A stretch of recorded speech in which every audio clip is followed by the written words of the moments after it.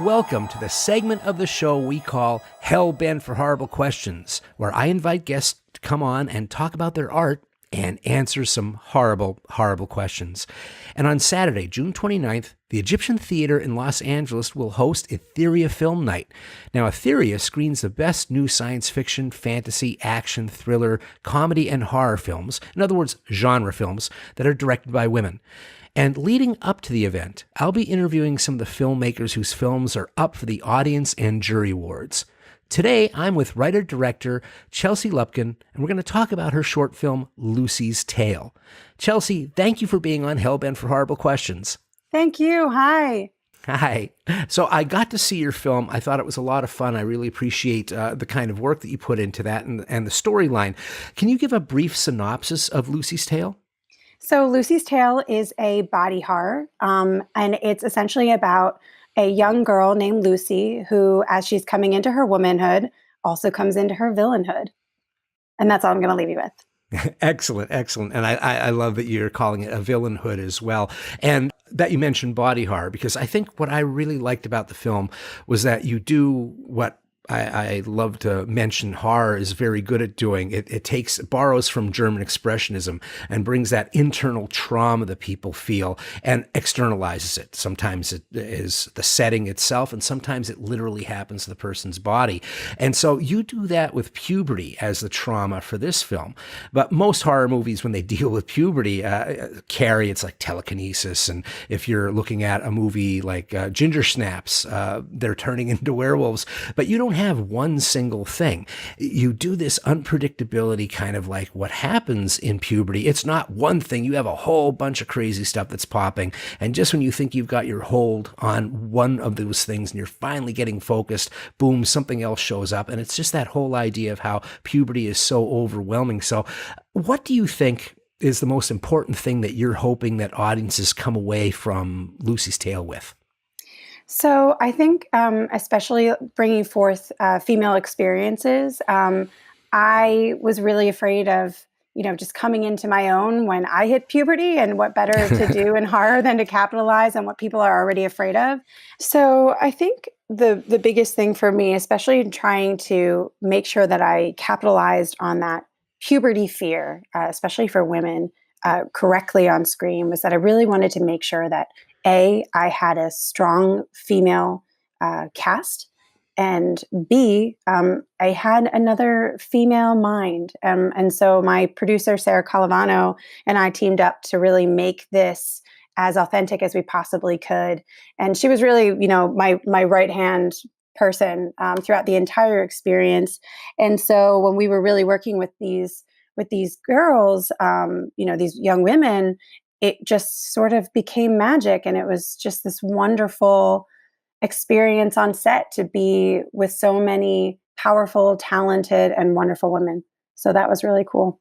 I think that answers the question. Yeah. So Lucy's Tale is your third short film now? Ooh, I've made a couple. I make a lot of short content in general. Right. I'm a huge fan of short films, but this was certainly the one that I felt like really started to represent me for the first time, because I had this aha moment of, hey, I should be making things that I really like to watch. And I really like scary movies. Well, I'm glad to hear that. I was going to say, you've done extensive work, and I know that you've been a cinematographer as well as a writer and a director, and you've worked in television series for like MTV and Elle, and also Delish.com, where you're doing shows like Insanely Easy and WTF Food, and so the reality shows that are based on food. But TV has this incredibly interesting pace, and you have to constantly move. What were the most valuable lessons that you learned in TV that worked with you doing independent films, short films? I think that it really comes down to editing, understanding or having perspective going into shooting the project really helped me not overshoot, but know what my edit was going to look like as I was filming it. And for me, because I make a lot of short content in general, I know that pacing is really, really important, especially quick pacing, because, online audiences, they're always clicking things. They're always kind of going through, Right. and you really want them to sit down. And it's even hard to get people to sit down in a movie theater and, really be engaged. So I think I think learning how to be an editor, through my experience, more so than any experience that I've had on set, could probably prepared me for it. So you're also a senior programmer and editorial writer for Short of the Week, which is an online film site for short films. So you keep seeing people's films and you're making films. And I think when I mentioned the 3 short films, I had looked on your IMDb and I think it had mentioned Flutter and Uncovering Eden, both of those being dramas. As you keep making films and you're looking at people's shorts of the week, do you find yourself drawn to certain types of stories, themes, or images that invariably is becoming either a style of yours or something that you really want to focus on? Um, you know what? I think it's really great to see what everyone's doing.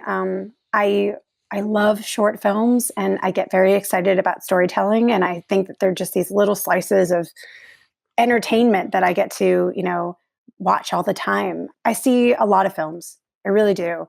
And it takes a lot to start to analyze what people are doing right, but also what people are doing wrong. And I think through my experience with Short of the Week, it's been this absolute important growing period for me. I'm learning just as much as I'm essentially teaching when I give like feedback or even when I'm reviewing a film that we feature. And it took me a while. I think, as you mentioned, I had made these other short films, and of course, they're my babies. All of my work is my babies. Mhm. But I think that, taking time to really understand the sort of short film formula, of course, there's no right way, but there's certainly wrong ways. I was able to kind of take that information that I was getting from everybody else and Right. applying it to my own stuff. And it's sort of the teacher becoming the student all over again a little bit. And of course, the Short of the Week team, their experience is, insane. I've been with the group for a while, but of course, I got to bow to the rest of them. They're awesome. Everybody, I love them. So Lucy's Tale premiered at the Fantasia International Film Festival in the Born of Woman program in 2018, right? Yes. And it's been showcased at a whole bunch of festivals. And it won Best Horror Short at the Winter Film Awards. Now your work's going to be screened at Etheria. As an artist and as a guest, what do you hope to experience at these film festivals? I think it varies. I think that Fantasia was huge, and it was funny. The lesson here is to always check your spam. I really didn't know that I got in for maybe 3 weeks. Oh. And of course, I had a very New York moment of, I'm late for a shoot. I'm standing on a New York street corner by myself with like all of this gear with me, and there's no one around. And I get this email from, the director of programming, Mitch. And it's just, hey, did you get my email? Are you coming? Are you coming to Fantasia? And I'm like, what? I didn't get any email. And of course, I look and I'm like, oh my God, so of course that happened. Always check your spam. Yeah, they're like, Come Chelsea's on. cold as ice, man. Man, She's some serious pro. You do. No, but that experience was kind of wild to me because Fantasia is huge. And the Born of Women program, I mean, even at the time, like I didn't really understand what was so awesome about it. And of course, I'm sitting in the back row and there's a million people with notepads, ready to review it and talk about it. And I don't know, I thought that I was going to like lose my fingernails. I was gripping the seat so hard. It was just kind of like, oh, how did I get here? But then of course, I think that the biggest thing about these film festivals isn't so much, I mean, of course, it's great to see your film on a big screen. There's nothing that can replace that awesome feeling. Or seeing people react to your film. Genre audiences are incredible. But I think that meeting people, FaceTime, getting to know filmmakers, getting to know producers, I mean, that's something that you're not going to get, just putting your film out into the ether online. Being able to go to these film festivals and understanding that there are people like you and there's a market for it is really important. So like even the Chattanooga Film Festival, that was rad. I thought that was going to be my last, theatrical screening. And of course, Etheria happened. And I was like, oh, look, this is cool. So it sounds like you're a fan of genre films and a fan of horror films. What's your first kiss with horror? The movie that made you fall in love with the genre, if you did. Sometimes you're just trying them out. Like my first movie that I saw that I was like, wow, I need to be making these. Yeah. Kind of thing. Jaws. Totally Jaws. Oh my gosh. I was terrified.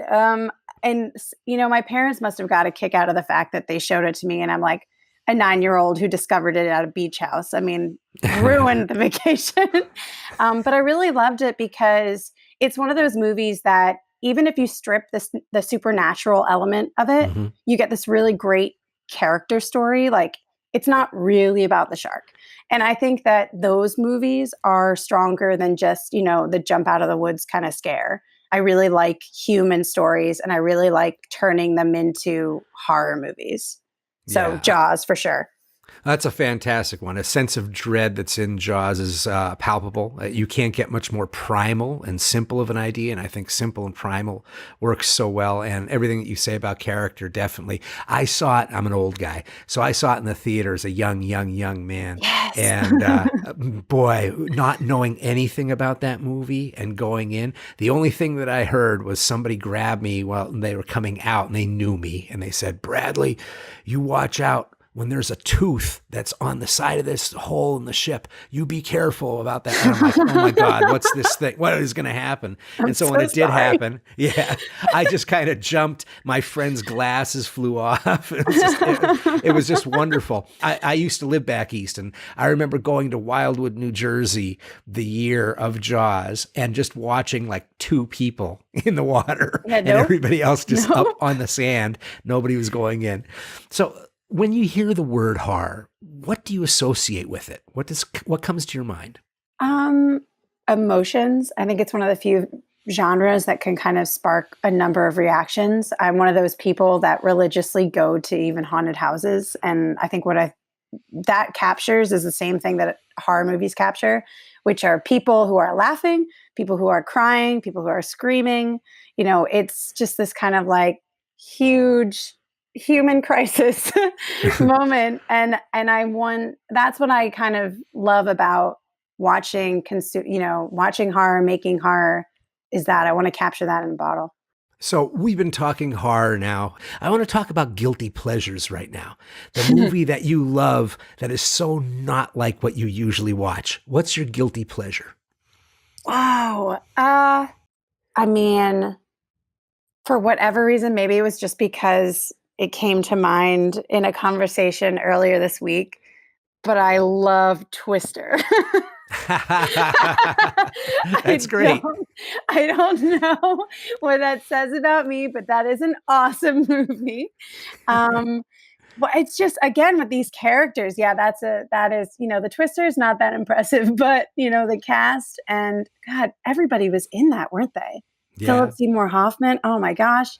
Yeah, I think that's got to be my guilty pleasure, just because sometimes you just got to go back to some basics. Same cow. That's what I want. That's what I want. Oh, that's awesome. I can relate completely, because I am a firm believer in the greatness of the towering inferno, the old giant building on fire. I still will watch that. I can talk erudite about all sorts of films and talk about horror in such a way, but if that's on, forget it. I just want to watch the flames. So it's a ton of fun. Well, there you go. Believe it or not, you made it. You made it through all the horrible questions. So I want to thank you so much for being on. Can you tell people where they can see Lucy's Tale, or where they can go to keep up with your work? So you'll be able to see Lucy's Tale very, very soon on Gunpowder and Sky's YouTube channel, Alter, and also on their site. Very excited to be a part of their family, or their horror family, that is. And you can check out more of my work at chelsealupkin.com.